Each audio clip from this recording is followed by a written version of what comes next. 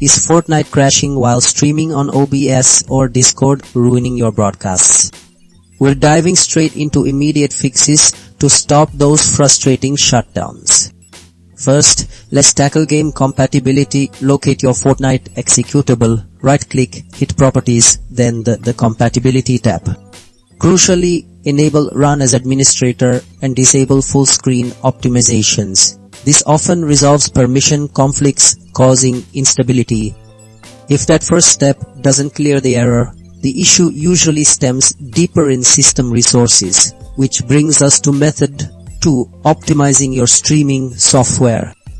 Open OBS Studio settings, navigate to video, and try lowering your output resolution and FPS to 30.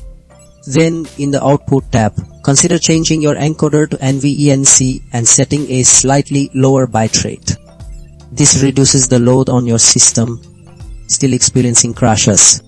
Method 3 is critical. Update your graphics drivers. Outdated drivers are a primary culprit.